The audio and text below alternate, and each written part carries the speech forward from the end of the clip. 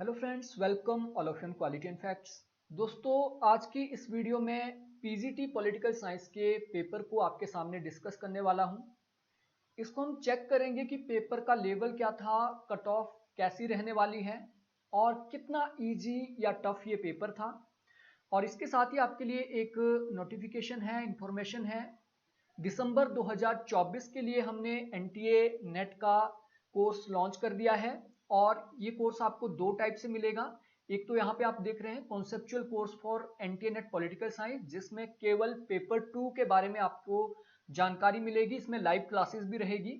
दूसरा हमारा कोर्स है ये ऑल इन वन कोर्स है, यानी इसमें आपको पेपर 1 भी मिल जाएगा, ठीक है, पॉलिटिकल साइंस का कॉन्सेप्चुअल पेपर भी मिल जाएगा, 6000 वन लाइनर भी मिल जाएंगे, कंप्लीट पीडीएफ पेपर 1 के कंप्लीट आपको यहाँ पे नोट्स प्लस वीडियोस मिल जाएगी, लाइव क्लासेस भी मिल जाएगी, मॉक टेस्ट और काफ़ी इसके अलावा भी काफ़ी चीज़ें आपको इस कोर्स के अंदर मिलेगी। तो ये ऑल इन वन कोर्स है, यानी जो भी आप एप्लीकेशन पे देख पा रहे हैं वो सारा का सारा आपको इस कोर्स के अंदर मिल जाएगा।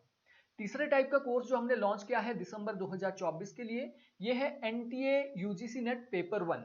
एनटीए यूजीसी नेट पेपर 1 और इसकी 6 मंथ की ड्यूरेशन रहेगी। इसकी फी नाम मात्र है, महीने के हिसाब से अगर आप देखें 1500 रुपीज, और अभी 50% ऑफ इसमें चल रहा है। तो ये जो रेट्स यहाँ पे देख पा रहे हैं ये डे बाय डे ऊपर नीचे हो सकते हैं, तो ये आप अपनी एप्लीकेशन पे चेक कर सकते हैं। तो 50% का ऑफ चला है लगभग, ये आपका एनटीनेट पेपर 1 और आपका एनटीनेट ऑल इन वन कोर्स के अंदर। तो आपके लिए वैल्यू फॉर मनी ये वाला कोर्स रहेगा, क्योंकि इसके अंदर जितना भी एप्लीकेशन पे मटेरियल है, जो भी आपको नीड है वो आपकी यहाँ से पूरी हो सकती है। तो जो पेपर 1 ही लेना चाहते हैं, पेपर 2 ऑलरेडी ले चुके हैं, तो वो पेपर 1 यहाँ से ले सकते हैं। तो ये एक नोटिफिकेशन थी, इसके साथ ही ये 1000 वन लाइनर, आई होप इसके बारे में तो आप लोगों को आइडिया होगा ही। तो दोस्तों शुरू करते हैं आज के इस पेपर को। काफी इंटरेस्टिंग पेपर है। एनालिसिस जितना मैंने अभी तक इसका किया, तो इसमें देखिए 20 प्रश्न तो ऐसे थे जो कि आपके पॉलिटिकल साइंस से अलग हैं, क्योंकि वो आपके टीचिंग एप्टीट्यूड से रिलेटेड या फिर आपके आईसीटी से रिलेटेड क्वेश्चंस यहाँ पे पूछे गए थे, साइकोलॉजी से क्वेश्चन पूछे गए थे, जो कि आपका बीएड पोर्शन था। बाकी के जो 80 प्रश्न आपके बचते हैं वो प्रश्न मॉडरेट थे, उसे इजी भी आप नहीं कह सकते, क्योंकि उसके जो ऑप्शन थे वो इस तरीके से डिजाइन किए गए थे कि आम आदमी उसमें कंफ्यूज हो सकता था। ठीक है, तो इसको एक एक करके आगे हम डिस्कस करेंगे, तो आपको आने वाले एग्जाम के लिए भी ये वीडियो काफी यूजफुल रहेगी। तो आप इसको लास्ट तक देखें। तो सबसे पहला प्रश्न है, इसको हिंदी में ही करूंगा क्योंकि हमारा channel basically Hindi medium student के लिए ही बना है और काफी स्टूडेंट एनरोल थे पीजीटी पॉलिटिकल साइंस के भी मेरे कोर्स के अंदर, तो उनके लिए भी ये यूजफुल रहेगा। पहला प्रश्न ये पूछा गया था, निम्नलिखित में से कौन सा विषय आधारित पाठ्यक्रम का उदाहरण है। विषय आधारित यानी थीम बेस्ड। थीम बेस्ड विषय आधारित का मतलब होता है कि कोई एक थीम रखी होती है। फॉर एग्जाम्पल एक थीम रख दी जंगल, ठीक है, जंगल एक थीम है और जंगल के ऊपर डिफरेंट डिफरेंट टाइप की गतिविधियां हो सकती है, उसके ऊपर सेमिनार हो सकते हैं। वैसे जैसे यूनाइटेड नेशंस की थीम होती है, हर साल की अलग थीम होती है, कभी उनकी पृथ्वी को बचाने की होती है, कभी कार्बन फ्री करने की होती है, अलग अलग थीम होती है, तो उसे बोला जाता है विषय आधारित पाठ्यक्रम। और विषय आधारित पाठ्यक्रम यानी एक थीम होगी और एक थीम के ऊपर ही सारा काम किया जाएगा। दैट्स मीन अवधारणाओं के पैटर्न के संबंध खोजने के महत्व पर जोर देना, यानी कोई एक विशेष थीम है, कोई एक विशेष विषय है और उसमें क्या क्या कॉन्सेप्ट हो सकते हैं, क्या उसमें कमियां हैं, क्या उसके गुण हैं, उसके ऊपर इसमें फोकस किया जाता है। तो विषय आधारित ऑप्शन बी इसका सही आंसर होगा। Question number 2, which philosophy develop the monitorial system in classroom, यानी क्वेश्चन ये पूछा गया है किस दर्शन ने कक्षाओं में निगरानी प्रणाली विकसित की। यानी आपका जो एक टीचर है, टीचर क्या करेगा, निगरानी करेगा अपने शिष्यों की। तो ये बेसिकली गुरुकुल में हुआ करता था। वैदिक शिक्षा प्रणाली में क्या होता था, जो आपके शिक्षक होते थे, जो आपके आचार्य होते थे, वो क्या करते थे, वो शिष्यों के ऊपर निगरानी बनाए रखते थे और उनको जो भी डेली का उनका रूटीन होता था उसमें वो मदद करते थे निगरानी के द्वारा। तो ये वैदिक सिस्टम है। अगला प्रश्न है, विद्यालय मूलतः सामाजिक संस्थाएं हैं क्योंकि, साइकोलॉजिकल प्रश्न है, विद्यालय मूलतः सोशल ऑर्गेनाइजेशन इन्हें क्यों कहा जाता है? क्योंकि ये हमारी संस्कृति के मूल्यों को भावी पीढ़ियों में संरक्षित और स्थापित करने में मदद करते हैं। तो पॉलिटिकल सोशलाइजेशन जब हमने पढ़ी थी, वहीं से हमारा ये प्रश्न क्लियर हो जाता है पॉलिटिकल सोशलाइजेशन की वीडियो के अंदर। ठीक है, तो इसका बहुत ही सिंपल सा है, लेकिन नीचे आप देखिए इसके जो दूसरे ऑप्शन है वो भी कंफ्यूज करने वाले हैं। वे सामाजिक प्रगति के तरीके और साधन सुझाते हैं, वे सामाजिक समस्याओं का समाधान सुझाते हैं, वे समाज द्वारा स्थापित होते हैं। तो तीनों ऑप्शन यहाँ पे जो दूसरे लग रहे हैं वो भी सेम लग रहे हैं, लेकिन विद्यालय हमारा एक सोशल इंस्टीट्यूशन है, सामाजिक संस्थान है, क्योंकि परिवार के बाद हमारे स्कूल आते हैं, स्कूल के बाद हमारी सोसाइटी, पीयर ग्रुप आते हैं, यानी क्योंकि ये हमारे पॉलिटिकल कल्चर को, पॉलिटिकल सोशलाइजेशन को आगे बढ़ाते हैं, इसलिए इन्हें सामाजिक संस्थाएं कहा जाता है। अब दोस्तों, अगर आपके पास इतना वक्त नहीं है कि पूरी वीडियो आप देख सके, आप इस वीडियो के डिस्क्रिप्शन में जाएं और वहां से इसकी पीडीएफ डाउनलोड कर सकते हैं। ये येलो टिक आपको दिख रहे हैं, ये ऑफिशियल आंसर की के द्वारा लगाए गए टिक है, तो ये भी आपको हेल्प करेंगे अगर आप अपना टाइम यहाँ नहीं देना चाहते, और अगर आप डिटेल एनालिसिस चाहते हैं तो लास्ट तक आपको बने रहना पड़ेगा। अगला प्रश्न है, कौन सा दर्शन अस्तित्व, प्रकृति और आत्मा के द्वंद्व में विश्वास करता है? क्वेश्चन बहुत सिंपल है कि कौन सा दर्शन अस्तित्व, प्रकृति और आत्मा के द्वंद्व में विश्वास करता है।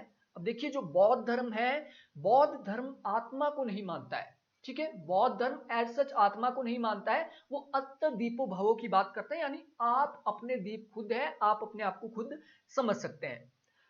बौद्ध धर्म नहीं है, वेदांत भी नहीं आता है और जैन धर्म भी नहीं आता है। इसका जो करेक्ट आंसर है वो है सांख्य। सांख्य जो दर्शन है, सांख्य दर्शन जो है वो द्वंद्व के ऊपर, डायलेक्टिकल मेथड के ऊपर और प्रकृति के ऊपर, एग्जिस्टेंस के ऊपर ये काम करता है। Question number 5, which of the following is not the purpose of educational philosophy, यानी निम्नलिखित में से कौन सा शैक्षिक दर्शन का उद्देश्य नहीं है। देखिए, एजुकेशन की कोई फिलॉसफी होती है, एजुकेशन की फिलॉसफी कौन सी होती है? जिस फिलॉसफी के ऊपर एजुकेशन काम करती है, जिस फिलॉसफी के थ्रू एजुकेशन दी जाती है, उसे कहा जाता है एजुकेशनल फिलॉसफी। तो क्वेश्चन ये पूछा गया है कि इनमें से कौन सा शैक्षिक दर्शन का उद्देश्य नहीं है। देखिए, शिक्षण में मूल्यों और उद्देश्यों को स्पष्ट करना, जब भी एजुकेशन पॉलिसी बनाई जाती है, जैसे कि न्यू एजुकेशन पॉलिसी है, उसमें वैल्यूज को और ऑब्जेक्टिव को बिल्कुल डिसाइड किया गया है। न्यू एजुकेशन पॉलिसीज के वैल्यूज क्या है? इसके वैल्यूज ये है कि हमने जो अपने बच्चों को एजुकेशन देनी है वो रटी रटाई पद्धति से नहीं देनी है, ऐसी एजुकेशन हमने देनी है, ऐसी फिलॉसफी पे देनी है ताकि वो अपनी आजीविका भी कमा पाए, उन्हें स्किल्स भी मिलती रहे। ठीक है, वैसे ही उद्देश्य, तो उद्देश्य, कई उद्देश्य हैं हमारे न्यू एजुकेशन पॉलिसी के, तो ये तो बिल्कुल सही है। शिक्षण के कार्य को पेशेवर बनाना, बिल्कुल सही, ये भी एक प्रकार की आपका फिलॉसफी होती है। जैसे कि कॉमर्स है, तो कॉमर्स क्या है? कॉमर्स पेशेवर बनाने के लिए ही है, तो वो अलग फिलॉसफी के ऊपर काम करता है। आर्ट्स की अलग फिलॉसफी है, साइंस जो आपकी एजुकेशन है उसकी अलग फिलॉसफी है, तो ये तो बिल्कुल सही है। शिक्षकों का छात्रों के प्रति प्रेम और नियंत्रण बढ़ाना। अब देखिए, फिलॉसफी में, फिलॉसफी जब भी हम एजुकेशन की बात करते हैं, स्कूल एजुकेशन, कॉलेज एजुकेशन की बात करते हैं, ये फॉर्मल एजुकेशन होती है। फॉर्मल का मतलब कि वहां पे जो टीचर होते हैं वो फॉर्मली बिहेव करते हैं आपके साथ, आप प्रेम के आधार पे वहां पे बिहेव नहीं करते हैं, वो इनफॉर्मल में होता है, परिवार में होता है प्रेम और नियंत्रण। ठीक है, तो ये एजुकेशन की फिलॉसफी नहीं है, इसका मतलब ऑप्शन सी यहां पे सही आंसर इसका था। Question number 6, integral education is a concept given by. Integral, यहां पे एजुकेशन, देखिए एजुकेशन की अवधारणा अरविंदो घोष ने दी थी। पॉलिटिकल साइंस के अंदर हमने अरविंदो घोष को पढ़ा है, और इनका इंटीग्रल नेशनलिज्म हमने पढ़ा है। ठीक है, समग्र या फिर एकाग्र राष्ट्रवाद का सिद्धांत हमने पढ़ा है। तो यहां से भी आपका आई होप क्लियर हो गया होगा, आपका जो डाउट है कहां बन रहा होगा, यही बन रहा होगा, अरविंदो घोष। बिल्कुल, इन्होंने इंटीग्रेटेड नेशनलिज्म की भी बात की और इन्होंने इंटीग्रेटेड ह्यूमनिज्म की भी बात की और इन्होंने इंटीग्रल एजुकेशन की भी बात की है। ठीक है। Question number 7, which of the following is not an aim of education according to Jain philosophy. अब देखिए जैन फिलॉसफी, इसके बारे में वीडियो भी मैं आपको डाल दूंगा, हालांकि ये आपके सिलेबस में नहीं था बट ये एमपीपीएससी सिलेबस में था शायद, तो उसकी वीडियो मैंने बनाई थी, तो आपको ये मिल जाएगी वीडियो। ठीक है। तो यहां पे क्वेश्चन पूछा गया है कि जैन दर्शन के अनुसार निम्नलिखित में से कौन सा शिक्षा का उद्देश्य नहीं है। जैन फिलॉसफी के अनुसार देखिए, सबसे पहले सम्यक ज्ञान की बात करते हैं। सम्यक ज्ञान यानी सही ज्ञान, और 3 ही इनके फिलॉसफी के आधार माने गए हैं। पहला सम्यक ज्ञान, दूसरा है सम्यक दर्शन और तीसरा है सम्यक चरित्र। इन्होंने संकल्प की बात नहीं की है, सम्यक संकल्प की बात इन्होंने नहीं की है, सही संकल्प की बात नहीं की है इन्होंने एजुकेशन के लिए। हालांकि ये जो जैन फिलॉसफी है ये जीवन को चलाने के लिए सम्यक संकल्प की बात करते हैं, लेकिन एजुकेशन में ये बात नहीं करते हैं। सम्यक संकल्प का मतलब यानी हम जो अपना जीवन जी रहे हैं उसका एक सही उद्देश्य होना चाहिए, हमें जीवों को किसी भी प्रकार की हानि नहीं पहुंचानी है। इवन ये नंगे पांव चलने की बात करते हैं ताकि नीचे जो कीड़े मकोड़े चल रहे हो वो हमारी वजह से मारे ना जाएं। यानी सम्यक संकल्प की बात तो की है, लेकिन ये शिक्षा के संदर्भ में इन्होंने नहीं की है। और इनका ये 3 ही बेसिकली दर्शन माने जाते हैं, सम्यक संकल्प, सम्यक दर्शन और सम्यक चरित्र। तो इसका करेक्ट आंसर ऑप्शन बी है, ऑप्शन बी। क्वेश्चन नंबर 8, ये आईसीटी कंप्यूटर से रिलेटेड क्वेश्चन है। RAM is placed on random access memory कहा जाता है। रैम एक वॉलेटाइल, नॉन वॉलेटाइल मेमोरी होती है। नॉन वॉलेटाइल यानी इसकी जो डाटा है वो मिट जाता है। तो रैम बेसिकली मदरबोर्ड के ऊपर लगाया जाता है। ठीक है। रैम इस प्रकार का रैम, अभी तो हमारे रैम क्या है कंप्यूटर में ऑटोमेटिक आ गए, लेकिन पहले इस प्रकार की रैम होती थी, 1 GB 2 GB 3 GB 4 GB की रैम, और उसको मदरबोर्ड के ऊपर ऐसे चिपकाया जाता था। और जितने भी आपके माइक्रो प्रोसेसर है, आपके दूसरे जो यूनिट है, चिप्स है, आपके एआई जो भी चिप्स लगी होती है वो सारी कहां पे लगी होती है, मदरबोर्ड के ऊपर लगी होती है। Option C is right. Question number 9, question है निम्नलिखित में से कौन सा कथन सही है। जो कथन सही है वो आपको बताना है। क्वेश्चन नंबर 1, एन के एन का मतलब न्यू नॉलेज नेटवर्क होता है। न्यू नॉलेज, न्यू नहीं नाउन नॉलेज नेटवर्क होगा। न्यू नॉलेज नेटवर्क ये बिल्कुल गलत है। दूसरा, मूक ऑफलाइन पाठ्यक्रम है। अब देखिए मूक की फुल फॉर्म आप जब देखते हैं, मैसिव ओपन ऑनलाइन। ठीक है। मैसिव ओपन, MOO से ही online course, massive open online course. Online है तो ये ऑफलाइन कैसे हो सकता है, दैट्स मीन ये भी गलत है। ऑप्शन सी, राष्ट्रीय सुपर कंप्यूटिंग मिशन भारत सरकार की एक पहल है, और ये बिल्कुल पहल है क्योंकि भारत इससे पहले जैसे परम सुपर कंप्यूटर हो गया, दूसरे सुपर कंप्यूटर वो रशिया से भारत ने इंपोर्ट किए थे और भारत दूसरे देशों के ऊपर निर्भर था। तो भारत अपने सुपर कंप्यूटर बनाने के लिए एक प्रकार का ये मिशन भारत ने शुरू किया है। बिल्कुल सही है डी। सीपीयू की क्लॉक रेट गीगाबाइट में मापी जाती है। अब देखिए सीपीयू की जो क्लॉक रेट है, पहले तो ये केबी में होती थी, किलोबाइट में, फिर मेगाबाइट में भी हो गई है। ठीक है। लेकिन ये गीगाबाइट में नहीं होती है। गीगाबाइट बहुत बड़ी एक कैशे आप इसको बोल सकते हैं, मेमोरी होती है। तो डी तो नहीं है। ऑप्शन ई, परम शिवाय एक सुपर कंप्यूटर है। तो यहीं पे आ गया, देखिए परम शिवाय एक सुपर कंप्यूटर है, बिल्कुल सही बात है। तो ये फॉरन से हमने लिया था, तो सी एंड ई सही होगा, that's mean option A is right. Question number 10, rational choice theory was given by. अब रैशनल चॉइस थ्योरी, यहां पे जो क्वेश्चन पूछा गया है रैशनल चॉइस थ्योरी, लेकिन ये क्वेश्चन कंफ्यूज करने वाला क्वेश्चन है, बिल्कुल भी क्लियर क्वेश्चन नहीं है। अब देखिए रैशनल चॉइस थ्योरी अगर यहां पे पूछा होता एडमिनिस्ट्रेशन के संदर्भ में तो अलग था, लेकिन यहां पे रैशनल चॉइस थ्योरी वस्तुओं के संदर्भ में पूछा गया है, मांग और आपूर्ति के संबंध में पूछा गया है, प्रॉफिट के संबंध में पूछा गया है। देखिए रैशनल चॉइस थ्योरी जो दी गई थी प्रॉफिट के संबंध में, वो दी गई थी एडम स्मिथ के द्वारा। हालांकि इसमें ज्यादा दिक्कत आपको नहीं होनी चाहिए थी, क्योंकि जब हमने एडम स्मिथ और डेविड रिकार्डो की अपने वीडियोस में भी बात की थी, अपने कोर्स के अंदर भी बात की थी, डेविड रिकार्डो कंपैरेटिव मेथड की बात करते थे। यानी अगर आप किसी चीज को खरीद रहे हैं तो आप कंपैरिजन एक बार कर लीजिए, कंपैरेटिव प्रॉफिट आप देख लीजिए, जिसमें आपको ज्यादा मिल रहा है वो आप खरीद लीजिए, ठीक है। कंपैरेटिव डेविड रिकार्डो बात करते हैं, जबकि रैशनल चॉइस की बात करते हैं एडम स्मिथ। एडम स्मिथ ने बात की थी कोई भी प्रोडक्ट आप ले रहे हैं तो उसमें आपका प्रॉफिट जो होता है वो आपके बुद्धि के ऊपर, आपके तर्क के ऊपर निर्भर करता है। हालांकि क्वेश्चन ये काफी कंफ्यूजिंग था, बिल्कुल भी क्लियरिटी इसमें नहीं थी। अगला, निम्नलिखित को सबसे पुराने से सबसे नवीनतम तक उसके गठन के कालक्रम में आपने व्यवस्थित करना है कि सबसे पुराना क्या था, उसके बाद कौन सा आयोग बना, उसके बाद कौन सा, और सबसे लेटेस्ट कौन सा बना। और इसका जो करेक्ट आंसर है वो ऑप्शन ए है। सबसे पहले बना आपका विश्वविद्यालय शिक्षा आयोग। विश्वविद्यालय शिक्षा आयोग जिसे यूजीसी कहा जाता है, ठीक है, university education commission, sorry UGC नहीं, यूईसी कहा जाता है, यूनिवर्सिटी एजुकेशन कमीशन सबसे पुराना है, ठीक है।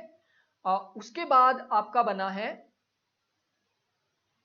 माध्यमिक शिक्षा आयोग, फिर आपका शिक्षा आयोग, फिर आ जाता है आपका राष्ट्रीय ज्ञान आयोग, और सबसे लास्ट में आपका बनता है जस्टिस वर्मा आयोग। 2012 में यह गठित किया गया। ऑप्शन ए इसका सही था। और ऐसे प्रश्नों से डरने की जरूरत आपको नहीं है, क्योंकि ऐसे प्रश्न लगभग, अगर आपको एक आधा भी पता हो, पहले वाला और लास्ट वाला, तो उसका आप आंसर आसानी से कर पाते हैं। NFC 2005 emphasize the most on, NFC 2005 सबसे अधिक किसके ऊपर जोर देता है? एनएफसी नहीं, सॉरी, एनसीएफ। तो एनसीएफ सबसे ज्यादा जो जोर देता है वो कंस्ट्रक्शन ऑफ नॉलेज के ऊपर देता है। ज्ञान का निर्माण, यानी ज्ञान को हम किस तरीके से निर्मित कर सकते हैं, सही ज्ञान और गलत ज्ञान को हम कैसे डिफाइन करेंगे। क्वेश्चन नंबर 13, सामाजिक रूप से उपयोगी उत्पादक कार्य यानी सोशली यूजफुल प्रोडक्टिव वर्क की अवधारणा किसके द्वारा प्रस्तावित की गई थी? एक प्रकार की अवधारणा है जो कि ईश्वर भाई पटेल समिति 1977 ने ये पेश की थी। बीएड से रिलेटेड आपका ये क्वेश्चन है। अरेंज द फॉलोइंग क्रोनोलॉजिकली, इन सबको आपको क्रोनोलॉजिकली लगाना है कि पहले कौन सा कमीशन बना या फिर कौन सा इंस्टीट्यूशन बना, उसके बाद कौन सा, उसके बाद कौन सा। तो इसका करेक्ट आंसर है ACDEB। ACDEB सबसे पहले बनता है आपका नेशनल कमीशन ऑन टीचर 1, उसके बाद आपका बनता है द NPE रिव्यू कमिटी, फिर आपकी आ जाएगी यहां पे national advisory committee on learning with burden, ठीक है। फिर आपकी आ जाती है the curriculum framework for quality teacher education, और सबसे लास्ट में आपकी NCFTE। Option B is right. Question number 15, question पूछा गया है NCFTE 2009 के अनुसार शिक्षक शिक्षा के लिए निम्नलिखित में से क्या अनुशंसित नहीं है। मतलब यहां पे पूछा गया है, देखिए यहां पे सबसे पहले आपको पता होना चाहिए, फुल फॉर्म का कम से कम आपको पता होना चाहिए कि इसकी फुल फॉर्म क्या है, तभी आप इसके बारे में कुछ आइडिया लगा सकते हैं, अदरवाइज आप इसके बारे में आइडिया नहीं लगा सकते हैं। तो सबसे पहले आपको क्या पता होना चाहिए? NCFTE 2009 इसकी फुल फॉर्म क्या है? तो ये पहले भी आ गया था। यहां पे देखिए आप, यहीं पे आपके सामने ये आ गया था पिछले ही क्वेश्चन में।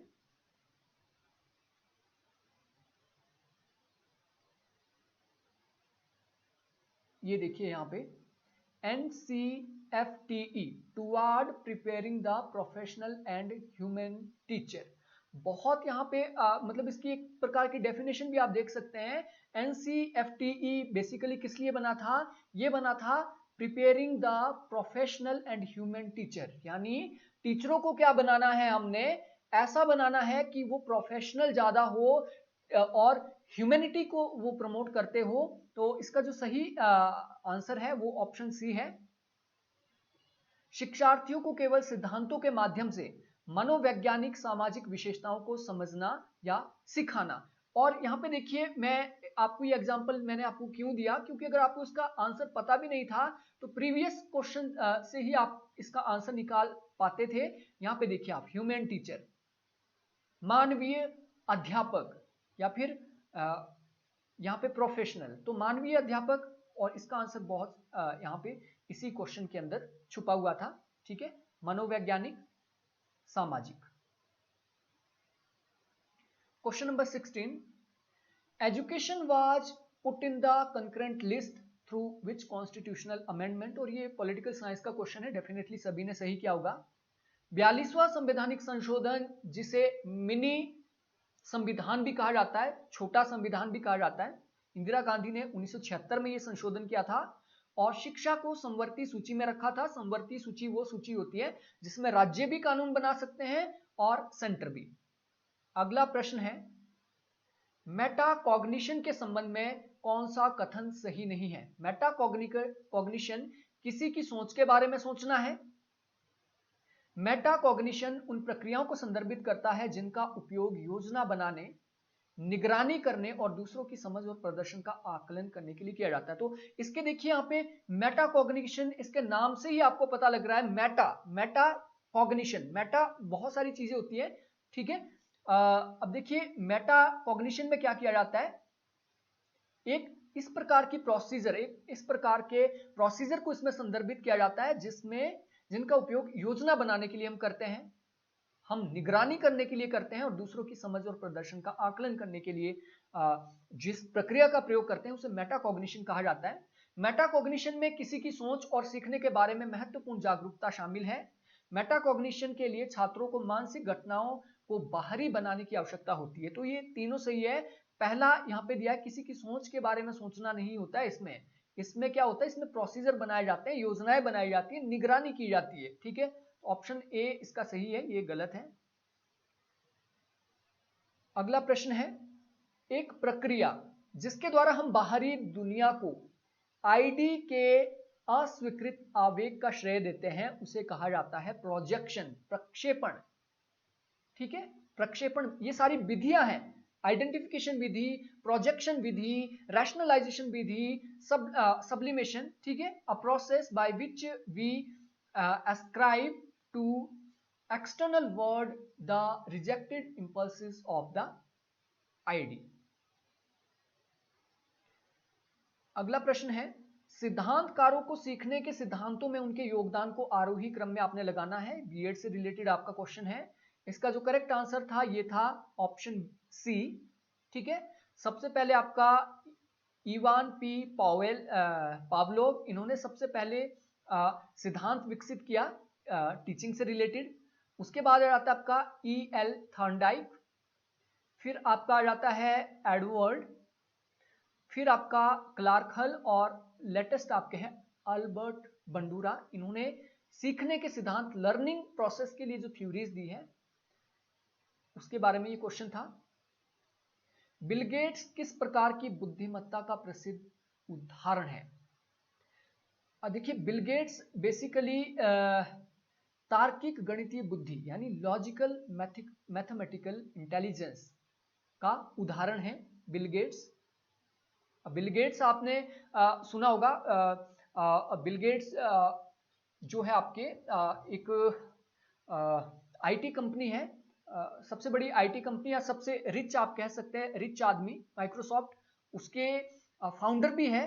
तो उन्होंने क्या किया है, उन्होंने बेसिकली माइक्रोसॉफ्ट नामक कंपनी बनाई और उसमें उन्होंने क्या किया, लॉजिकल मैथमेटिकल इंटेलिजेंस को वहां पे उन्होंने जोड़ा और उससे रिलेटेड उन्होंने सॉफ्टवेयर बनाया है, काफी विंडोज वगैरह बनाई है। मार्क्स ने अपनी प्रविधि की अवधारणा को निम्नलिखित में से किस विचारक के विचारों के विपरीतार्थ रूप में प्रयोग किया? अब देखिए, यहां से आपके जो प्रश्न है ये पॉलिटिकल साइंस से शुरू हो रहे हैं। अभी इससे पहले के जो क्वेश्चन थे वो बीएड से थे या फिर आपके आईसीटी से थे, तो आप लोगों को थोड़ी सी यहाँ पे कंफ्यूजन रही होगी या फिर थोड़ा सा आपको समझ में प्रॉब्लम आई होगी। तो ये हमारा मेन हमारा सब्जेक्ट है। पहला प्रश्न ये पूछा गया है कि मार्क्स ने अपनी प्रवृत्ति की अवधारणा को निम्नलिखित में से किस विचारों के विपरीतार्थ रूप में उपयोग किया। तो ये कार्ल मार्क्स थे जिन्होंने कहा कि मैंने हीगल की फिलॉसफी को सिर के बल पाया और उन्हें पैरों के बल खड़ा कर दिया। यानी जहां पे हीगल बात कर रहे थे आइडिया ही सब कुछ है, जो आत्मा है, ईश्वर है, पृथ्वी पर अवतार है, इस प्रकार की वो बात कर रहे थे, सुप्रीम पावर की बात कर रहे थे, आइडिया की। आइडिया को इन्होंने किससे जोड़ा? मैटर से, पदार्थ से। तो हीगल इसका सही आंसर है। निम्नलिखित में से किस सेवा के अधिकारियों को भारतीय प्रशासनिक सेवा में प्रोन्नत होने का अधिकार होता है? सभी को पता है आपकी जो राज्य सिविल सेवाएं होती है, फॉर एग्जांपल आपका एसडीएम है, एसडीएम प्रमोट होगा आगे तो वो नीचे को तो नहीं आएगा, एसडीएम ऊपर को ही जाएगा। एसडीएम आगे चल के क्या बन जाते हैं आपके आईएएस, एचएस क्या बनते हैं, प्रमोट होकर आईएएस बनते हैं। तो क्वेश्चन यहाँ पे पूछा गया था कि कौन से अधिकारियों को भारतीय प्रशासनिक सेवा में प्रोन्नत होने का अधिकार है। ठीक है, तो जो आपके एचएस होते हैं वो बाद में आईएएस बन सकते हैं। तो ए इसका सही है। हु ऑफ द फॉलोइंग, यानी निम्नलिखित में से किसने भारतीय राष्ट्रीय आंदोलन में नरमपंथी मूल्यों का प्रतिनिधित्व किया? ये सभी को पता है, गोपाल कृष्ण गोखले। गोपाल कृष्ण गोखले ये नरमवादी है, उदारवादी है। ठीक है, और जब हम मदन मोहन मालवीय को देखते हैं, राम मनोहर लोहिया को देखते हैं, जवाहरलाल नेहरू को देखते हैं, तो इनका जो टाइम पीरियड है उदारवाद का, आप लोगों को पता होगा उदारवाद का टाइम पीरियड 1885 से लेकर 1905 तक माना जाता है। ठीक है, 1885 जब कांग्रेस का गठन हुआ था और 1905 तक, उसके बाद गरम दल आ जाता है, उसके बाद गांधीवाद आ जाता है। तो जवाहरलाल नेहरू, राम मनोहर लोहिया तो गांधीवादी है, गांधीवादी दौर में आने वाले लोग हैं। अब ये देखिए ये आपके गोपाल कृष्ण गोखले ये पहले उदारवादी थे। क्वेश्चन नंबर 24, निम्नलिखित में से कौन सा देश भारत के साथ गुट निरपेक्षता की नीति का मौलिक प्रवर्तक नहीं था? सभी को पता है, नॉन अलाइनमेंट मूवमेंट हम पढ़ते हैं। 1955 में बांडुंग सम्मेलन हुआ था, 1961 में बेलग्रेड सम्मेलन हुआ था। इसमें मिस्र, इंडोनेशिया और भारत, नासिर टीटो, आपके इंडिया के जवाहरलाल नेहरू, तो ये थे तीन। मोरक्को इसमें नहीं था। Option B is right. निम्नलिखित में से किसने तर्क दिया कि कला और विज्ञान के विकास ने मानव को भ्रष्ट कर दिया है? तो ये रूसो को जब हमने पढ़ा था डिटेल में, तो ये रूसो ने कहा था कला और विज्ञान के कारण क्या है, मानव भ्रष्ट हो गया है। निम्नलिखित में से किस निकाय की संतुतियों के आधार पर पंचायती राज संस्थानों को वित्त प्रदान किया जाता है? बहुत ही सिंपल क्वेश्चन है। अब देखिए, पंचायती राज संस्थानों के लिए अलग से एक वित्त आयोग बनाया गया था 73वें संवैधानिक संशोधन के द्वारा। तो डेफिनेटली इसका आंसर क्या होगा? राज्य वित्त आयोग। राज्य वित्त आयोग। तो राज्य वित्त आयोग बनाया जाता है, हर 5 साल के बाद ये गठन इसका किया जाता है। तो क्वेश्चन यहाँ पे देखिए काफी इजी, अभी तक के जितने भी प्रश्न हैं सारे के सारे प्रश्नों को हम अपने वन लाइनर में और अपने कॉन्सेप्चुअल कोर्स में पढ़ चुके हैं। तो आप लोगों को यहाँ पे ज्यादा दिक्कत नहीं आई होगी, I hope. The policy of Panchsheel was adopted by India to conduct its relation with which of the particular country? तो पंचशील भारत और चाइना के बीच 1954 में साइन हुआ था, 1954 में। तो आई होप सबने सही किया होगा। निम्नलिखित में से कौन भारत में समाजवादी चिंतन धारा का प्रतिनिधित्व करता है? समाजवादी धारा आवड़ी सम्मेलन 1958-9 में किया गया था समाजवाद को अपनाने के लिए। उस टाइम हमारे प्रधानमंत्री कौन थे? ये थे जवाहरलाल नेहरू। और जवाहरलाल नेहरू के टाइम में आवड़ी सम्मेलन हुआ जिसमें हमारे समाजवादी ढांचे को अपनाया गया था। बाल गंगाधर तिलक, बालपाल लाल, ये गर्म दल से रिलेटेड है, उग्र पंथ से ये रिलेटेड है। ठीक है, ये तीनों तो समाजवाद से रिलेटेड जवाहरलाल नेहरू है। फैबियन सोशलिज्म से काफी ज्यादा ये प्रभावित थे और मार्क्सियन सोशलिज्म से भी प्रभावित थे, लेकिन ज्यादा फैबियन समाजवाद से प्रभावित थे। निम्नलिखित में से कौन लोक और निजी प्रशासन में कतिपय भेद बताता है? यहां पे पूछा गया है किसने निजी प्रशासन और लोक प्रशासन में भेद बताया। ये थे पॉल एच एप्लबी, और ये हम पढ़ चुके हैं अपने जब हमने पब्लिक एड पढ़ा था। निम्नलिखित में से किसने भारत में स्थानीय शासन में सुधार आरंभ किया? अब दोस्तों, स्थानीय शासन में जो सुधार, स्थानीय शासन के जो पिता माने जाते हैं वो लॉर्ड रिपन माने जाते हैं। लॉर्ड रिपन, ठीक है, लॉर्ड रिपन कौन माने जाते हैं? स्थानीय शासन में सुधारों के पिता। लॉर्ड रिपन यहाँ पे ऑप्शन में ही नहीं है, क्वेश्चन डाउटफुल है। आंसर जो यहाँ पे दिया गया है वो लॉर्ड मेयो को दिया गया है, ठीक है। निम्नलिखित में से किस चिंतक ने उदारवादी लोकतंत्र के विचार का समर्थन किया है? इनमें से किसने उदारवादी लोकतंत्र का समर्थन किया है? तो father of liberal democracy, liberalism के पिता किसे कहा जाता है? वो जॉन लॉक को कहा जाता है। तो जॉन लॉक को उदारवादी लोकतंत्र का पिता कहा जाता है। ऑप्शन सी बहुत ही डायरेक्ट क्वेश्चन था।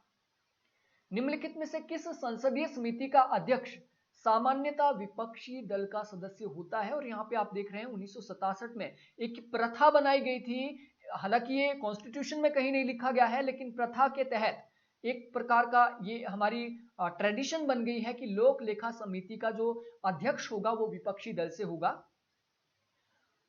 Who of the following tried to Indianize, यानी निम्नलिखित में से किसने समाजवाद में विकेंद्रीकरण पर जोर देकर इसके भारतीयकरण का प्रयत्न किया? राम मनोहर लोहिया।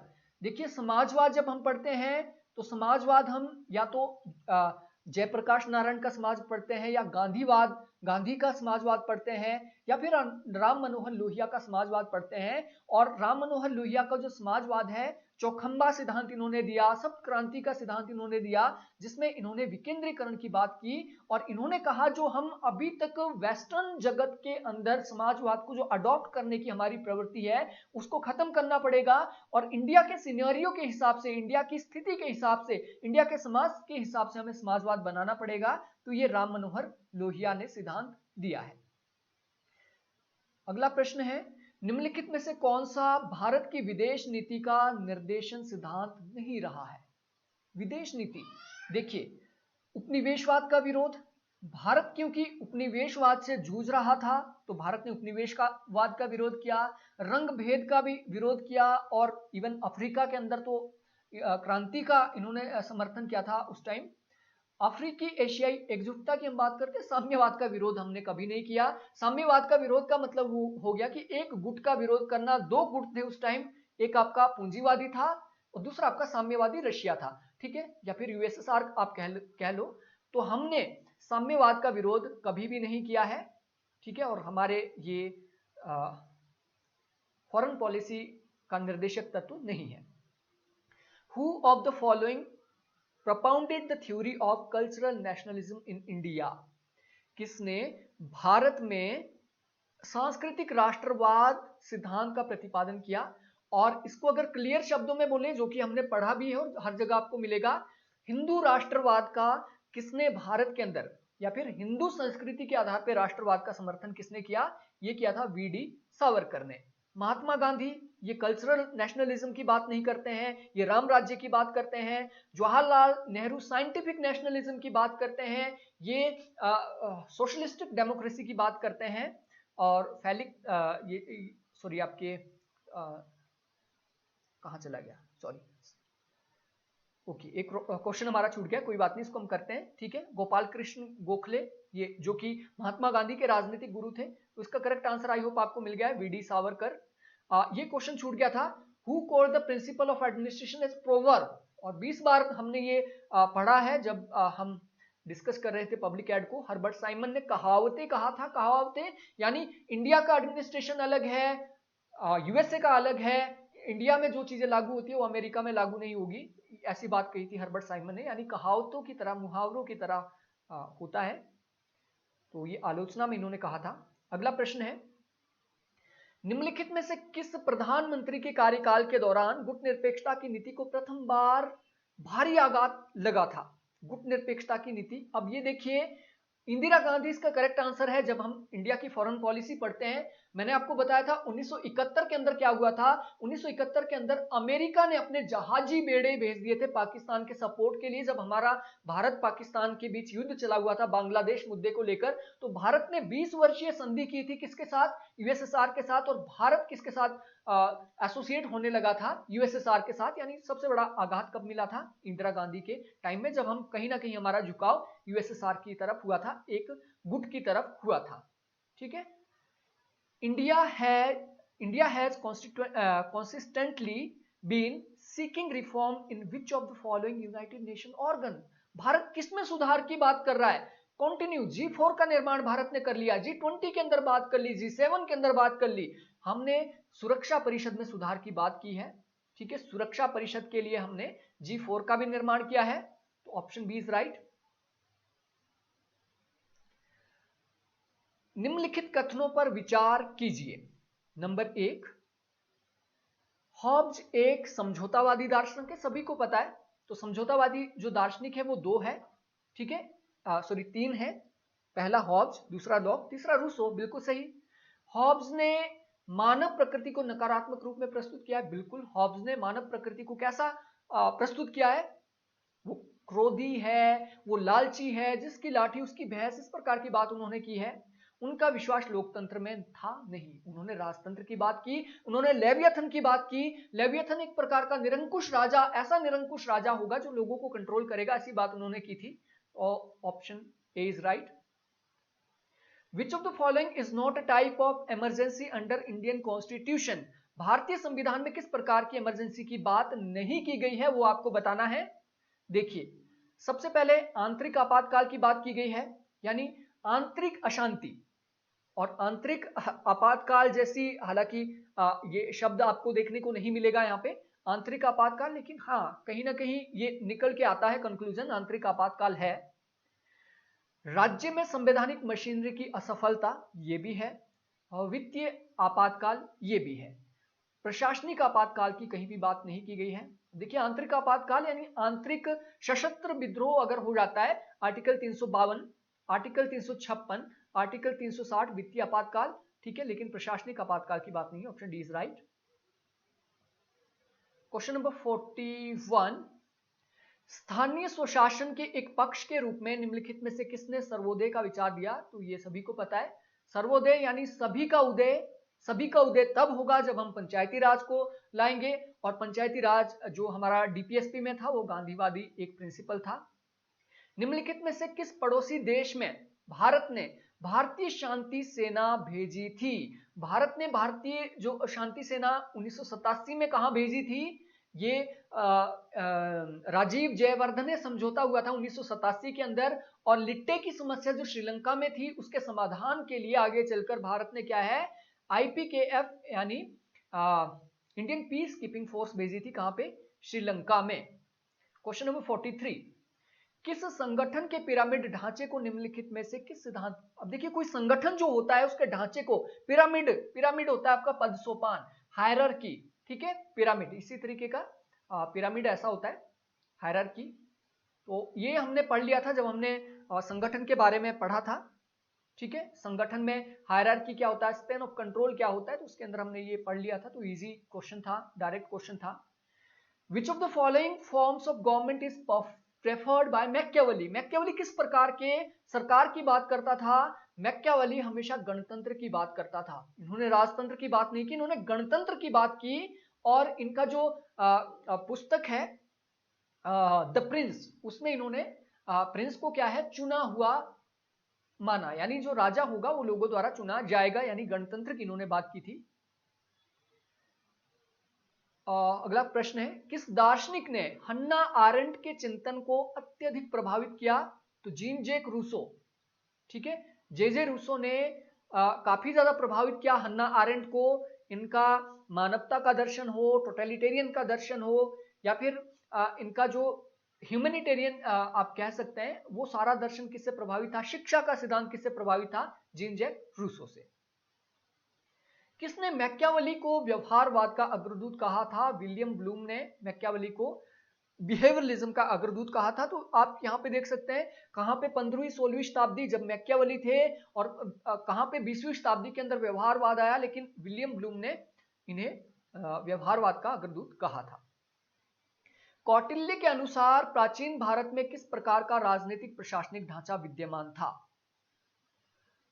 कौटिल्य के अनुसार, यहां पे पूछा गया है कौटिल्य के अनुसार। तो कौटिल्य आपको पता है, कौटिल्य राजशाही में जी रहे थे, मोनार्की वहां पे थी। राजा को क्या काम करना चाहिए, राजा को क्या काम नहीं करना चाहिए, राजा को कैसे व्यवहार करना चाहिए, राजा को मंडल कैसे बनाने चाहिए, मंडल में व्यवहार कैसा करना चाहिए, डेफिनेटली राजतंत्र। स्वतंत्रता के बाद भी भारत में इंडियन सिविल सर्विस को बनाए रखने का समर्थन किसने किया था? ये किया था वल्लभ भाई पटेल ने।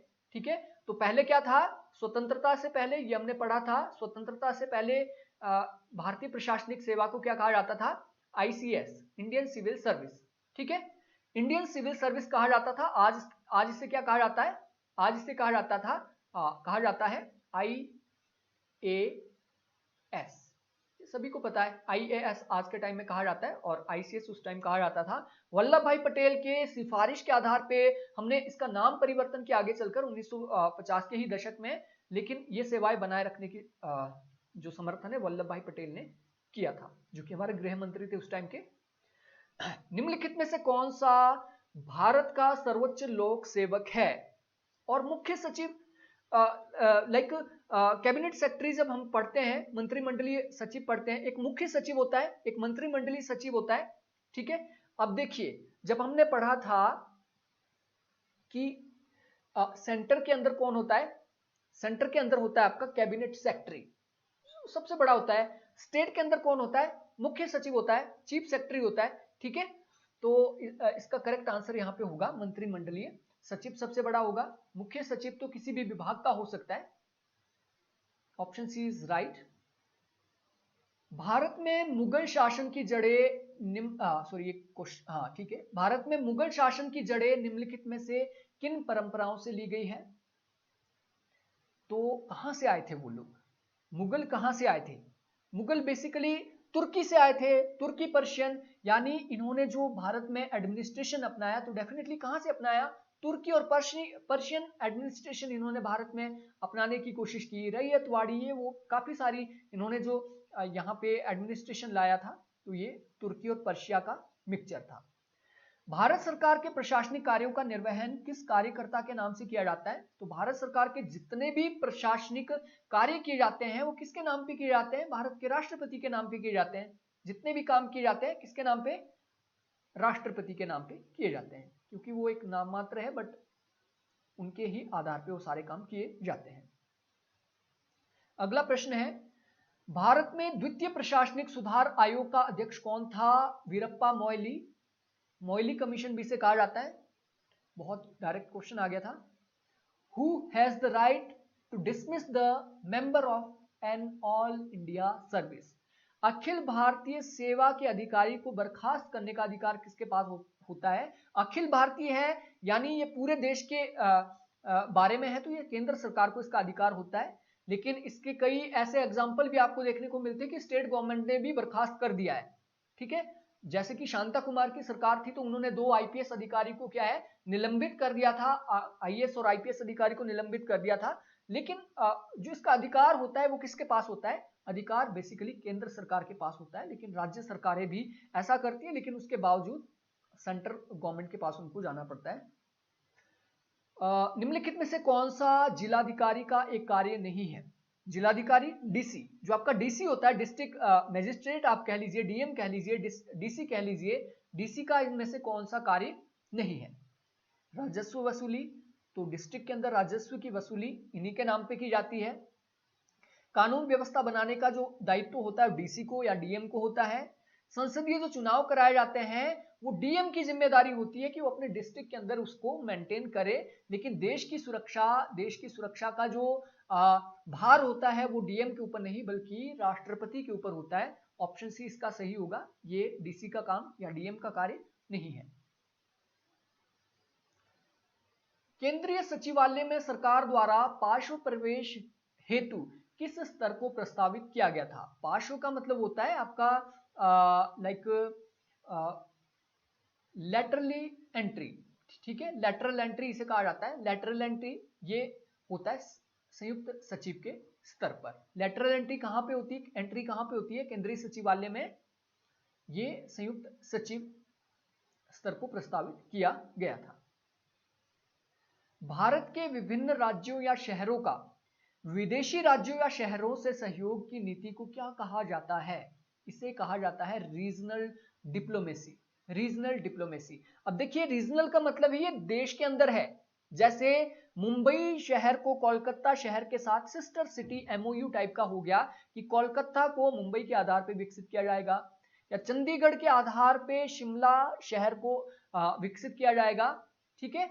या फिर आप यहाँ पे देख रहे हैं शहरों का, यहाँ पे भारत के विभिन्न राज्यों या शहरों का विदेशी राज्यों या शहरों से सहयोग, जैसे मुंबई और शंघाई के बीच सिस्टर सिटी एमओयू साइन किया गया है, आपको पता होगा, मुंबई और शंघाई चाइना के बीच, ठीक है। तो इन्हें क्या कहा जाता है, रीजनल डिप्लोमेसी इन्हें कहा जाता है। रायसीना डायलॉग, आपने इसके बारे में पढ़ा होगा, हमने इसके बारे में डिटेल में आपको वन लाइनर में भी मिल जाएगा। इसको देखते हैं, रणनीतिक और विदेश नीति के मुद्दों का वैचारिक सम्मेलन रायसीना डायलॉग निम्नलिखित में से किस स्थान पे आयोजित किया गया था। रायसीना डायलॉग कब आयोजित किया गया था, कहां पे आयोजित किया गया था, नई दिल्ली में। निम्नलिखित में से किस क्षेत्र में सहयोग को बढ़ाने के लिए भारत ने एक उपग्रह का प्रक्षेपण किया था। अब देखिए भारत ने एक उपग्रह का परीक्षण किया था और इसमें क्या किया गया था, जो भारत के पड़ोसी देश है उनके उपग्रहों को भी अपने सैटेलाइट जो आपका प्रक्षेपण जो सैटेलाइट प्रक्षेपण जो आपका केंद्र है वहां से साउथ एशिया के कई देशों के जो उपग्रह हैं उनको पहुंचाया था स्पेस में। तो दक्षिण एशिया में सहयोग के लिए ये किया गया है। महासागरीय सिल्क रूट यानी मैरीटाइम सिल्क रूट पहल निम्नलिखित में से किस देश द्वारा प्रणीत है। तो मैरीटाइम जो सिल्क रूट है, सिल्क रूट इंडिया और चाइना के बीच ये सिल्क रूट है, ठीक है। तो ये भारत ने किया है इनिशिएट, ठीक है, भारत ने किया है इनिशिएट, किसके साथ किया है, चाइना के साथ, ठीक है।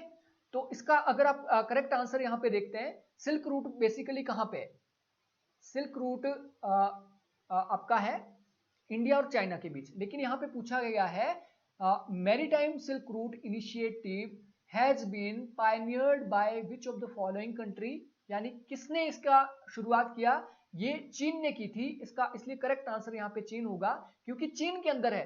चीन, जब हमारा भारत और चीन का जो युद्ध हुआ था 1962 में, उसके बाद चीन ने सिल्क रूट को बिल्कुल बंद कर लिया था भारत के लिए, और ये आप 2014-15 के आसपास सिल्क रूट को दोबारा से ओपन कर दिया है चाइना ने। तो ऑप्शन ए इसका सही होगा। निम्नलिखित में से कौन सा बहुपक्षीय निकाय विकसित और विकासशील दोनों प्रकार के देशों से मिलकर बना है। तो G20 जो है, G20 विकसित और विकासशील दोनों से बना है। भारत भी इसका सदस्य है, तो भारत एक विकासशील देश है, विकसित तो नहीं है, ठीक है। इसमें अमेरिका भी है जो विकसित है, इसमें इंग्लैंड भी है जो विकसित है, ठीक है। अब देखिए G8 के अंदर सारी की सारी डेवलप्ड कंट्रीज है, सारे के सारे विकसित है। G77 के अंदर सारे के सारे आपके गरीब देश है, विकासशील देश है। G15 के अंदर भी आपके इसमें विकसित देश है। तो G20 ऐसा है जिसके अंदर गरीब भी है, अमीर भी है, विकासशील भी और विकसित भी है। Option C is right. निम्नलिखित में से कौन सा शंघाई सहयोग संगठन का प्राथमिक उद्देश्य है। प्राथमिक उद्देश्य शंघाई सहयोग संगठन को किस लिए बनाया गया था, इसको बेसिकली ऊर्जा सहयोग के लिए बनाया गया था। हालांकि आगे इसमें आतंकवाद का विरोध भी जोड़ा गया, आतंकवाद का विरोध, सांस्कृतिक आदान प्रदान, संयुक्त राष्ट्र का सुधार, ये इसका पार्ट नहीं है, ठीक है, ये इसका उद्देश्य नहीं है, ठीक है। तो यहाँ पे उद्देश्य पूछा गया है, प्राथमिक उद्देश्य पूछा गया है। पहला उद्देश्य ऊर्जा सहयोग था, उसके बाद ये आपके सेकेंडरी आ जाते हैं। हिंद महासागर में भविष्य के सागरीय सहयोग के आधार के रूप में प्राचीन व्यापार और सांस्कृतिक संबंधों को मनाने की मोदी सरकार की जो नीतिगत पहल है, इसे क्या कहा जाता है, इसे कहा जाता है प्रोजेक्ट सागर माला, प्रोजेक्ट सागर माला, ठीक है। और यहां पे हिंद महासागर पूछा गया है, ठीक है, हिंद महासागर में भविष्य के सागरीय सहयोग, यानी सागर में सहयोग को किस तरीके से हम बढ़ाएं, ठीक है, तो ये प्रोजेक्ट सागर माला है। 2006 में संयुक्त राष्ट्र के किस अंग ने वैश्विक आतंकवाद विरोधी रणनीति को अंगीकार किया? जनरल असेंबली ने 2006 में। ये क्यों किया गया था? देखिए 2001 के अंदर यूएसए के अंदर 9/11 हमला होता है, उसके बाद आतंकवाद के खिलाफ युद्ध चला, कई प्रकार के रेजोल्यूशन यूएनओ के अंदर रखे गए थे, 2006 में अडॉप्ट ही कर लिया वैश्विक आतंकवाद विरोधी रणनीति को यूएनओ ने। महासभा ने किया था ये अडॉप्ट, और महासभा ही ऐसे मुद्दों को अडॉप्ट करती है। निम्नलिखित में से किस देश का अपनी विदेश नीति के मामले में भारत के साथ घनिष्ठतम सहयोग है? देखिए भूटान जो है यहां पे दिया भी है, 1949-1950 के अंदर भारत और भूटान के बीच 50 वर्षीय संधि हुई थी, और उसमें यह कहा गया था कि भूटान अपनी जो नीति होती है विदेश नीति, वो भारत के हिसाब से बनाएगा, भारत के सहयोग से बनाएगा। तो option A is right. India is not member of which of the following regional organization? India इनमें से किस क्षेत्रीय संगठन का सदस्य नहीं है? सार्क में 8 सदस्य है, भारत उसका सदस्य है।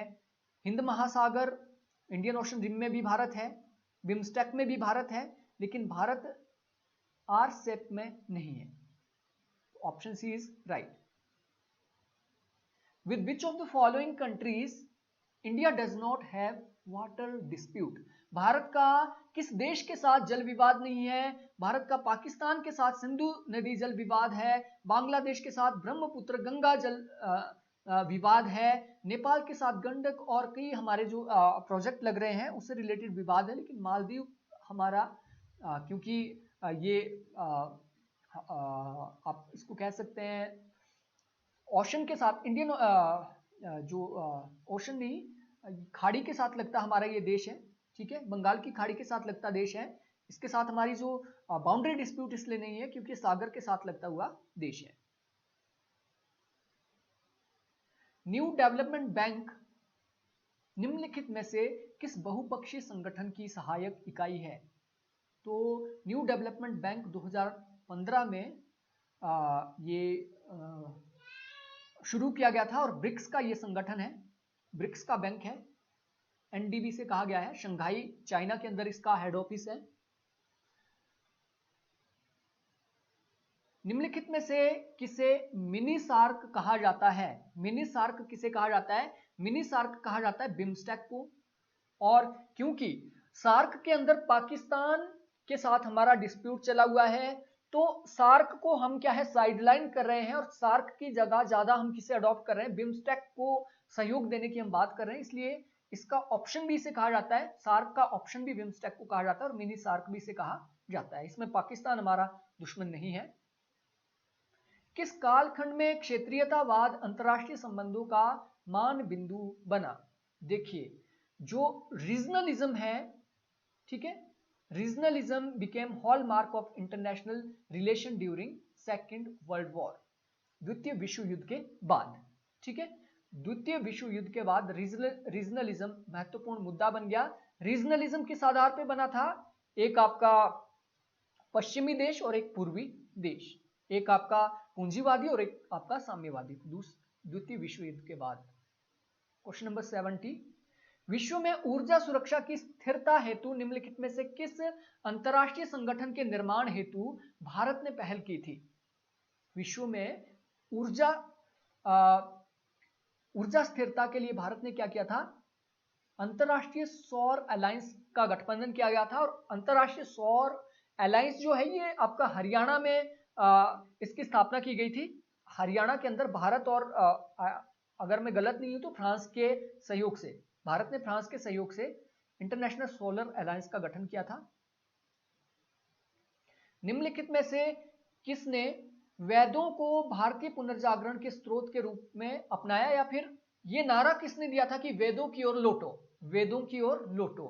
तो ये दयानंद सरस्वती ने नारा दिया था, या फिर वेदों को पुनर्जागरण का स्रोत माना था? दयानंद सरस्वती ने।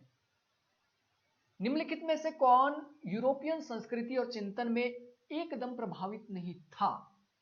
कौन यूरोपियन संस्कृति से एकदम प्रभावित नहीं था? ये थे स्वामी विवेकानंद, क्योंकि इन्होंने वेदांत दर्शन को अपनाया था, इन्होंने वैदिक दर्शन को अपनाया था, वेदांत दर्शन को अपनाया था, इंडियन कल्चर को इन्होंने अपनाने की बात की थी। जहां पे राजा राम मोहन रॉय, जो कि भारतीय पुनर्जागरण के पिता माने जाते हैं, ये पश्चिमी शिक्षा के बहुत ज्यादा समर्थक थे। महर्षि अरविंद, राम मनोहर लोहिया, इन सब ने पश्चिम से शिक्षा ग्रहण करके यहाँ पे चेंज करने की बात की थी, लेकिन स्वामी दयानंद सरस्वती ये पश्चिम से प्रभावित नहीं थे, पश्चिमी संस्कृति से प्रभावित नहीं थे। निम्नलिखित में से किसने एकात्म योग का विचार दिया? ये श्री अरविंदो घोष। दूसरा क्वेश्चन अरविंदो से आ गया यहाँ पे। एकात्म योग, ऊपर इंटीग्रल एजुकेशन आया था, यहाँ पे इंटीग्रल योगा आ गया। ठीक है। The concept of supermind is at the center of the philosophy of which Indian political thinker? निम्नलिखित में से किस भारतीय राजनीतिक चिंतन के दर्शन के केंद्र में महामस्तिष्क की अवधारणा आती है? महामस्तिष्क, ये तीसरा क्वेश्चन यहाँ पे महर्षि अरविंद से आ गया। महामस्तिष्क यानी आपका इसको कहा इन्होंने यूनिवर्सल पावर, सुपर माइंड। ठीक है, तो ये महर्षि अरविंदो ने दिया था।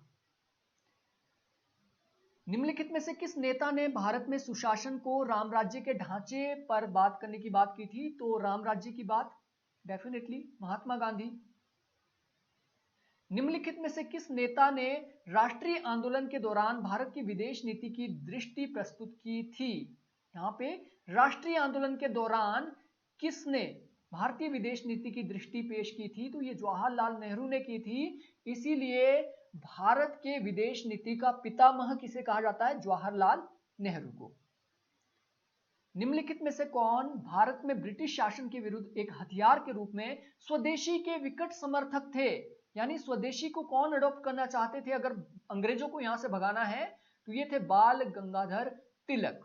1905 के अंदर आपको पता होगा, 1905 के अंदर जब बंगाल विभाजन होता है 1905-06 के अंदर, तो इन्होंने क्या है, विदेशी सामानों की होली जलाने की प्रथा शुरू की थी। इन्होंने गणेश महोत्सव शुरू किया था। तो ये थे जो कि हथियार मानते थे ब्रिटिश शासन के खिलाफ स्वदेशी अपनाने के लिए। किसके वैचारिक विलास ने देश में हिंदुत्व की राजनीति का आधार रखा?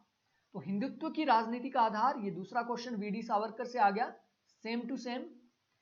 विच of the following is not a hallmark of public administration? निम्नलिखित में से कौन सा लोक प्रशासन का वैशिष्ट्य नहीं है, कौन सी विशेषता नहीं है? देखिए, लोक प्रशासन का काम कभी भी लाभ कमाना नहीं होता है। हालांकि पब्लिक एडमिनिस्ट्रेशन का ये होता है, निजी का होता है, लेकिन पब्लिक का नहीं होता है। तो यहाँ पे सिंपल है, लाभ कमाना इसका लक्ष्य नहीं है। लोक उत्तरदायित्व, न्यायिक समीक्षा, संसदीय नियंत्रण, ये सारे काम किए जाते हैं पब्लिक एडमिनिस्ट्रेशन के द्वारा। क्वेश्चन नंबर 80, निम्नलिखित में से कौन लोक प्रशासन की अग्रणी महिला लेखिका है? एमपी फॉलेट, क्रिएटिव एक्सपीरियंस किताब इन्होंने लिखी है, पहली किताब, और एकमात्र महिला मानी जाती है जो कि एडमिनिस्ट्रेशन में जिन्होंने सिद्धांत दिए हैं, यह है एमपी फॉलेट। बहुत ही सिंपल। लोक प्रशासन में अभिप्रेरणा के सिद्धांतों को किस विषय से लिया गया है? लोक प्रशासन में अभिप्रेरणा के सिद्धांतों को मनोविज्ञान से लिया गया है। तो अभिप्रेरणा के हमने कई सिद्धांतों को पढ़ा है, अब्राहम मास्लो का हमने पढ़ा है, नीड हायरार्की हमने पढ़ा है, हमने मानव संबंध सिद्धांतों को पढ़ा है, X Y theory, Z theory, कई थ्योरी हमने पढ़ी है। तो ये बेसिकली साइकोलॉजी से ली गई है। निम्नलिखित में से कौन राजनीति प्रशासन विभेद के उद्भावक है? किसने ये बात की थी, राजनीति अलग चीज है, प्रशासन अलग चीज है? सबसे पहले थे वुड्रो विल्सन, और वुड्रो विल्सन के बाद रहे हैं फ्रैंक गुडनाउ। ठीक है, फ्रैंक गुडनाउ, और गुडनाउ को अमेरिकी प्रशासन का पिता भी इसीलिए कहा जाता है। तो ये हमने पढ़ लिया था, अच्छे से पढ़ा था पब्लिक एड के अंदर, रिवीजन भी अच्छे से हुआ था इसका। अगला प्रश्न है, निम्नलिखित में से किसने संगठन के सिद्धांतों के बारे में नहीं लिखा है? देखिए, संगठन के सिद्धांत किसने दिए? हेनरी फेयोल ने 14 सिद्धांत दिए। ऑर्गेनाइजेशन के सिद्धांत लूथर गुलिक ने दिए। पोस्ट कॉर्प का सिद्धांत इन्होंने दिया। जेडी मूनी ने ऑर्गेनाइजेशन के सिद्धांत दिए हैं। लेकिन वुड्रो विल्सन पहले ऐसे चिंतक थे जिन्होंने पब्लिक प्राइवेट एडमिनिस्ट्रेशन की बात की, जिन्होंने ये बात की कि पब्लिक एडमिनिस्ट्रेशन को राजनीति से बिल्कुल अलग किया जाए, एक नया डिसिप्लिन बनाया जाए। तो ये इन्होंने सिद्धांत कोई भी नहीं यहां पे दिया है, option C is right. Question number 84, निम्नलिखित में से कौन सा सिद्धांत संगठन में पदानुक्रम को प्रदर्शित करता है? देखिए पदानुक्रम, क्वेश्चन बहुत सिंपल है लेकिन घुमा फिरा के पूछा है। ये पूछा है which of the following principle denote the grading of authority in an organization? तो ये इसका हायरार्की है, पद सोपान है जहां ग्रेडिंग। और ये दूसरा क्वेश्चन एक ही टाइप से पूछा गया है, इससे पहले भी ये हायरार्की का पूछा गया। सबसे ऊपर एक अधिकारी होगा, उसके नीचे दूसरा काम करेगा, फिर तीसरा, फिर चौथा, ठीक है। पद सोपान इसे कहा गया है, हायरार्की। क्वेश्चन नंबर 85, निम्नलिखित में से किसने मापन प्रक्रिया यानी स्केलर प्रोसेस का सिद्धांत दिया? स्केलर चेन इन्होंने कहा था इसे, scalar chain, Muni and relay. और ये हमने पहले पढ़ लिया, वन लाइनर के अंदर आपको सारे के सारे क्वेश्चन मिल जाएंगे जो भी हमने अभी तक डिस्कस किए हैं। Which of the following principles of public administration reinforce the idea of through proper channel? Question ये पूछा गया है कि निम्नलिखित में से कौन सा सिद्धांत लोक प्रशासन में विविधता प्रक्रिया थ्रू प्रॉपर चैनल के विचार का संबल प्रदान करता है? और ये तीसरा क्वेश्चन हायरार्की से यहाँ पे पूछा गया है। जब भी हम हायरार्की की बात करते हैं तो थ्रू प्रॉपर चैनल की बात होती है।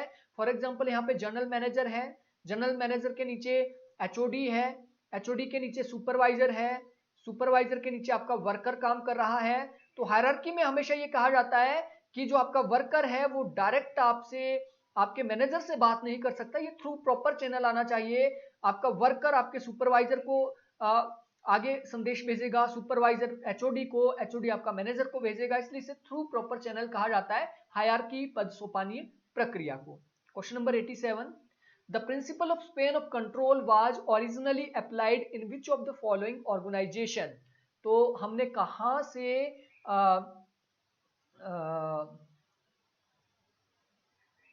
स्पेन ऑफ कंट्रोल का सिद्धांत लिया है? हमने स्पेन ऑफ कंट्रोल का सिद्धांत कहां से लिया है? सेना से हमने ये अडॉप्ट किया है, सेना से अडॉप्ट किया गया है। क्योंकि इसमें क्या होता था, बटालियनें होती थी, अलग बटालियन की एक जो आपका मेजर होगा वो कितने लोगों के ऊपर रहेगा, कितने लोगों को कंट्रोल कर सकता है। तो स्पेन ऑफ कंट्रोल हमने कहां से लिया है? सेना से। क्वेश्चन नंबर 88, निम्नलिखित में से कौन समकालीन प्रशासन की एक उदीयमान प्रवृत्ति है? उदीयमान यानी कंटेम्परेरी, ठीक है। विच of the following is a growing tendency? Growing यानी जो विकासात्मक है, जो बढ़ रही है, ग्रो हो रही है। कंटेम्परेरी एडमिनिस्ट्रेशन यानी कंटेम्परेरी एडमिनिस्ट्रेशन में ग्रोइंग जो टेंडेंसी है आज के टाइम में वो सेंट्रलाइजेशन की है, यानी सारी की सारी शक्तियां कहां पे जा रही है? ब्यूरोक्रेसी के पास जा रही है। ब्यूरोक्रेसी सारी की सारी शक्तियां अपने पास ले रही है। तो ये एक बड़ी विशेषता है। हालांकि 1950 के दशक में डिसेंट्रलाइजेशन विशेषता इसकी मानी जाती थी, फेडरलाइजेशन की बात होती थी अगर आपने शक्तियों को डिसेंट्रलाइज करना है, ठीक है, और डिपार्टमेंटलाइजेशन की भी बात होती थी। लेकिन आज के टाइम में नव उदारवाद का जब से दौर आया 1990 के बाद, सेंट्रलाइजेशन की प्रवृत्ति दोबारा से वापस आ रही है। निम्नलिखित में से कौन सा प्रशासन के ऊपर नियंत्रण का एक प्रकार नहीं है? प्रशासन के ऊपर नियंत्रण आप कैसे रखते हैं? आप उनके ऊपर जुडिशियल कंट्रोल रख सकते हैं, एग्जीक्यूटिव कंट्रोल रख सकते हैं, विधायी कंट्रोल रख सकते हैं, लेकिन सामाजिक नियंत्रण प्रशासन के ऊपर नहीं होता है, क्योंकि लोगों के द्वारा वो चुने हुए नहीं होते हैं। निम्नलिखित में से कौन सी राजनीतिक व्यवस्था में राजनीतिक और स्थायी कार्यकारी होता है? तो संसदीय व्यवस्था में दो प्रकार की कार्यपालिका पाई जाती है, एक पॉलिटिकल कार्यपालिका और दूसरी आपकी स्थायी कार्यपालिका। पॉलिटिकल कार्यपालिका के रूप में हम देखते हैं प्रधानमंत्री हो गए, उसकी मंत्री परिषद हो गई, राष्ट्रपति। पॉलिटिकल आपके क्या होते हैं? पॉलिटिकल एग्जीक्यूटिव कार्यपालिका होती है। दूसरी स्थायी कार्यपालिका होती है जिसे कि ब्यूरोक्रेसी कहा जाता है। तो दो प्रकार की जो कार्यपालिका है ये संसदीय व्यवस्था में पाई जाती है। निम्नलिखित में से किस निकाय के ऊपर पंचायती राज संस्थाओं के चुनाव कराने की जिम्मेदारी होती है? पंचायती राज के जो चुनाव किए जाते हैं ये राज्य निर्वाचन आयोग करता है, जबकि विधानसभा हो, संसद हो, इसके चुनाव कौन करता है? सेंटर का जो हमारा चुनाव आयोग होता है, केंद्रीय चुनाव आयोग, ठीक है। तो यह स्पेशली 73वें संवैधानिक संशोधन के द्वारा बनाया गया था राज्य निर्वाचन आयोग। पंचायतों से संबंधित निम्नलिखित में से कौन सा राज्यों के लिए अनिवार्य संवैधानिक प्रावधान नहीं है? यहां पे पूछा गया कि अनिवार्य क्या नहीं था, आप चाहो तो करो, आप चाहो तो ना करो। देखिए, पंचायती राज व्यवस्था का निर्माण करना ये कंपलसरी था और 3 स्तरीय पंचायती राज की बात की गई है, ठीक है, 73वां संवैधानिक संशोधन में। तीसरा, आरक्षण का प्रावधान कंपलसरी था, किसके लिए? यहाँ पे वो नहीं लिखा है कि किसके लिए, ये इसके लिए लाइक ओबीसी के लिए कंपलसरी नहीं था, लेकिन एससी एसटी के लिए तो कंपलसरी था, ठीक है। तो आरक्षण का प्रावधान भी कंपलसरी था और वित्तीय सहयोग प्रदान करना ये कंपलसरी नहीं था, ये वित्त आयोग के ऊपर छोड़ दिया गया था आर्टिकल 243 ए के तहत, आई के तहत। निम्नलिखित में से कौन सी ग्राम स्तर पर लोगों की आम सभा है? तो ग्राम सभा जो होती है वो लोगों की आम सभा होती है, और ग्राम सभा यानी गांव के जितने भी 18 साल से ऊपर के जितने भी नागरिक हैं सब इसमें आएंगे, जो भी नागरिक हैं। भारतीय संविधान की 12वीं अनुसूची के अंतर्गत निम्नलिखित में से किस विषय को शामिल नहीं किया गया?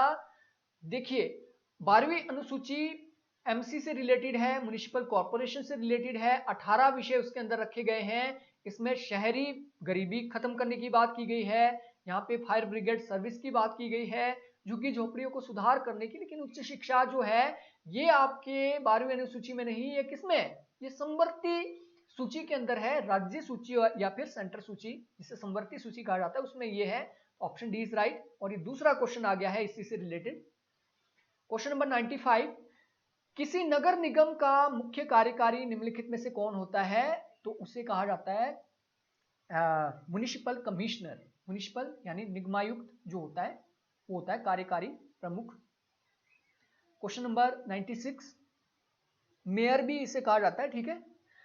स्थानीय निकायों के लिए निम्नलिखित में से कौन सा एक धन का स्रोत नहीं है? स्थानीय निकाय यानी आपका पंचायती राज। पंचायती राज में 29 विषयों के ऊपर कार्य करने की बात की गई है, और इसके साथ साथ एमसी के अंदर 18 विषयों के ऊपर कार्य करने की बात की गई है, और उनसे आप पैसा इकट्ठा कर सकते हैं।